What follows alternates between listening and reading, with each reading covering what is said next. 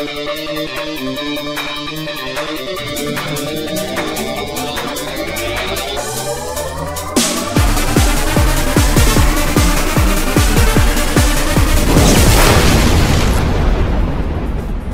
I'm Simon Adebisi and welcome to highlights of the 2012 Formula Sim Racing World Championship. Round 8 of the championship is the Spanish Grand Prix, staged at the unique Valencia street circuit. A track which is generally disliked by many drivers, the street circuit contains an unusual mix of corners and straights. Overtaking is particularly difficult at Valencia, with the only typical opportunities at turns 12 and 17. Concentration will be put to the test, with the track featuring as many as 25 turns. Defending champion Bono Huis was absent today due to personal reasons, and Morgan Morand had no problems at all taking pole position, beating Precision Motorsport's Jack Heathley by nearly a third of a second. Yannick Lapchan didn't disappoint, taking third on the grid ahead of Rasmus Tali in fourth and John-Eric Saxon in fifth. Uros Pasculi completed a good result for ATR, getting up into sixth. Gogo Baldi made it up into seventh, and Twister Racing's reserve driver Edward Malachy did well to qualify in eighth. Blair Disley again made it into Q2 for 9th, and Patrick de Wit rounded out the top 10. Jarkko Mikkonen could only manage 11th on the grid ahead of WC debutant Marcus Hoffman in 12th. Peter Varga set the 13th fastest time, Marcel van der Linden qualified in 14th, and Matt Cor's Thomas Cook would start in 15th, also on his World Championship debut.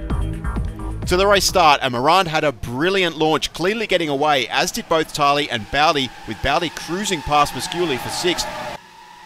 Into turn 1, Morand held his lead while Tali and Lapchan made contact, and Baldi passed Saxon.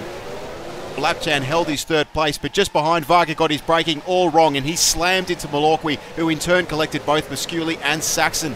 Malachy had stalled his engine, while both Pasculi and Saxon lost several positions. Chatsi Bantelis was then caught out by the traffic, slamming into the barriers and losing his front wing, while Thomas Cook was a little too eager into turn 8, sliding out of control and stalling his engine.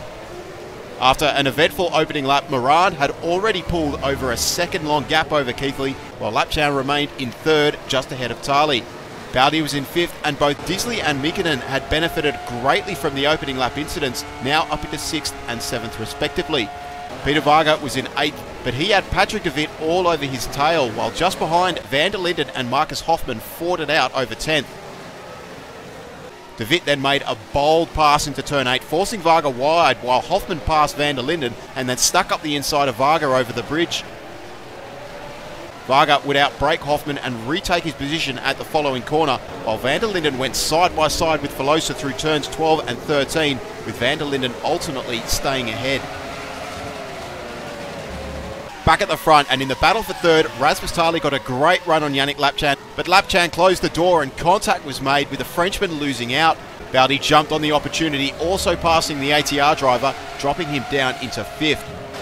With the difficulty of overtaking, there was a substantial midfield train forming, with several fast drivers who had started near the back.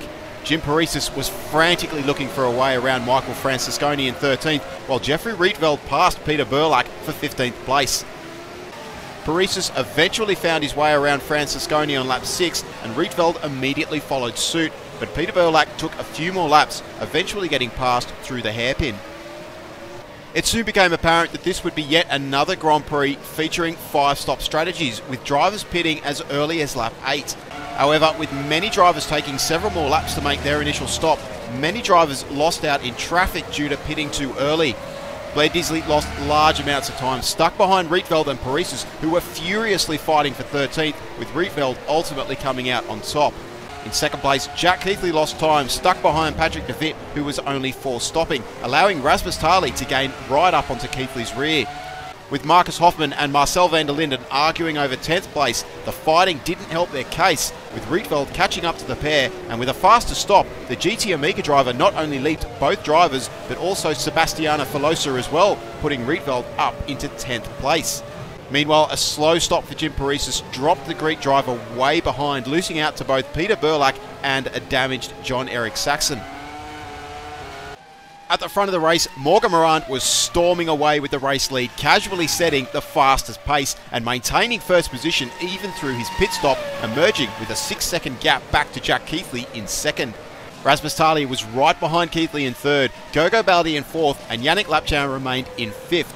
Jarkko Mikkonen was in sixth ahead of Blair Disley and Patrick de Wit, and Peter Varga was soldiering on with a damaged car in ninth.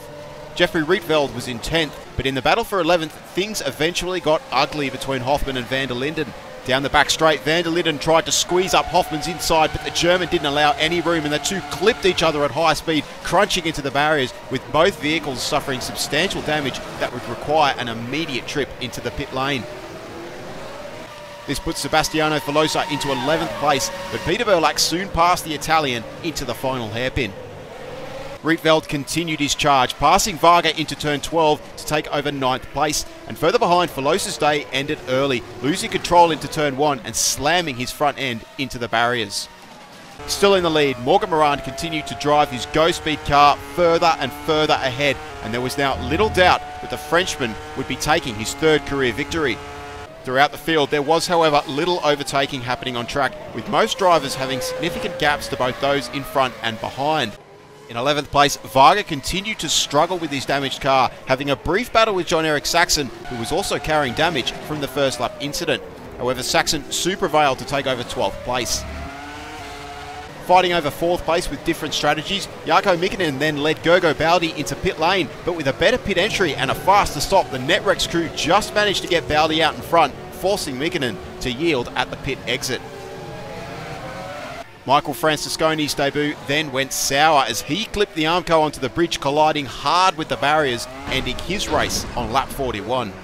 There were more disasters to come. After a very strong run from the near rear of the grid, Jeffrey Rietveld had a problem with his pit limiter, and after his final stop, the Dutchman accidentally broke the speed limit and was handed a stop-go penalty.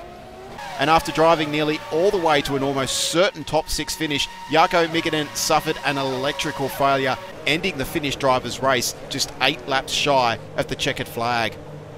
As the race drew to a close, the finishing order became apparent. Morand was comfortably nearly 30 seconds ahead of second place Jack Keithley, but Keithley was more worried about Rasmus Tali, who was slowly but surely closing in. Yannick Lapchan's 4-stop strategy had worked well, jumping him ahead of Gogo Baldi for 4th, and just when 5th place looked certain for Patrick de Wit, the MacCore driver's brakes suddenly gave way and he was sent sliding off the track, fortunately into one of the only large runoff areas on the circuit. De Wit kept his engine running, but he would have to complete the final 4 laps with a massive reduction in stopping power. Pulling off the perfect race with pole position, the fastest lap, and leading the Grand Prix from start to finish, Morgan Morand achieved his 3rd career victory with a dominating win that was never in doubt and has injected a little more excitement into the 2012 World Championship. There was, however, a surprise in the race for second. As Jack Keithley is only a reserve driver, he needed to avoid getting into the top 10 of the overall championship standings in order to remain eligible to compete in his usual division. And so the Briton actually pulled over just before the finish line, allowing Rasmus Tali to take second place, the Estonian achieving his second podium of the 2012 season. Keithley would settle for 3rd position, the Precision Motorsports driver showing that he is more than capable of competing at the top level. Yannick Lapchan achieved his best result of the year so far in 4th, holding off Gogo Baldi, who finished in a strong 5th. Blair Disley also set his best finish of the year in 6th, and despite starting from 20th on the grid, Peter Burlack steered clear of all incidents to bring his twister machine home for an impressive 7th place. Patrick de Wit's brake failure only dropped the Dutchman down into 8th, and Jim Paris's finished in 9th, also having to start from the rear of the grid. John-Eric Saxon picked up a final point, bringing his damaged faster-than-speed car home for 10th position. With Weiss missing the Spanish Grand Prix, Morand has now closed the gap down to just 42 points, and with 7 rounds still remaining, there is still time for the Frenchman to close the gap completely. Rasmus Tali has ventured further ahead into 3rd, pulling out a substantial gap over Nilsson, who was also absent this round. Baldi is now up into 5th, jumping ahead of Saxon, though only by 5 points. De Wit is in 7th ahead of Van Dorn and Mikkonen, and Lapchan's great result today has put the Frenchman back inside the top 10. Precision Motorsports remain comfortably in the Constructors' lead, with ATR still holding out against GT Amiga Racing in 3rd. GoSpeed have once again added a big score to their points total, being the highest scoring team for this round. Twister Racing remain in 5th place, and Netrex have jumped ahead of MacCore for 6th, though only by 3 points. And further down, Blair Disley's result has given Silverline their best points haul of the season, pushing them up into 9th, equal with AT Racing. The next race will be the Belgium Grand Prix, and you can watch that race live as it happens at SimRace TV on the 12th of August at 4 p.m. GMT. And don't forget to check out the Formula Sim Racing Fantasy League, as well as Formula Sim Racing on both Facebook and on Twitter.